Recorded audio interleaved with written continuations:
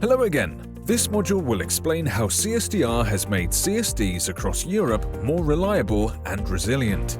All CSDs must now obtain an authorization to operate from the authority of the EU member state where they're established. This authorization works as an EU passport. CSDs that have been authorized in one member state are automatically allowed to offer some of their services in the EU. This supports the creation of a single market for CSDs, a key CSDR objectives. To be authorized, each CSD must file to its competent authority lots of information evidencing compliance with the conditions imposed by CSDR. The competent authority will analyze these documents and, if satisfied, will grant the authorization.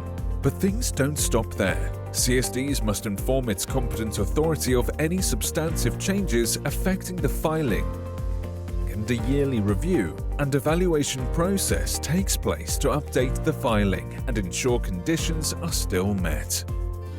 If a CSD no longer complies, doesn't take the remedial actions requested, or doesn't use the authorization in 12 months, it may be withdrawn. There are three main types of conditions to be complied with. 1. Organizational requirements, covering the following elements amongst others.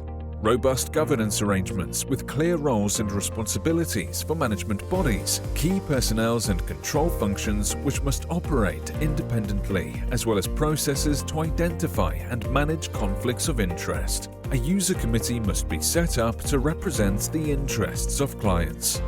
Policies that explain how the main risks and processes will be managed. Clear record-keeping procedures and the ability to keep, retrieve and restore CSDR-related data, be it transactional or static data and documents, for at least 10 years. Specific channels for staff to report internally potential infringements. 2.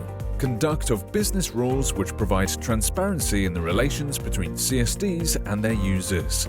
These include setting up clear process to manage clients' complaints, establishing fair and open conditions to allow participants to access the securities settlement system, segregation of assets, requirements for publishing the prices and fees for their services.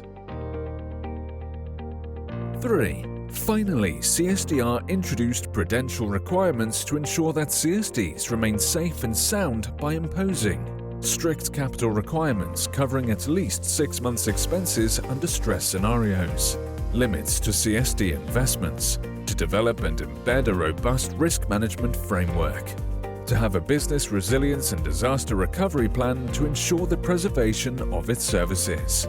An additional restructuring plan must foresee how the CSD will raise additional capital if they can't cover a 6-month time span, and if the CSD is not able to raise additional capital, the plan should also ensure how to properly wind down or restructure its operations and services. Now you know some of the CSDR provisions which make CSDs more robust.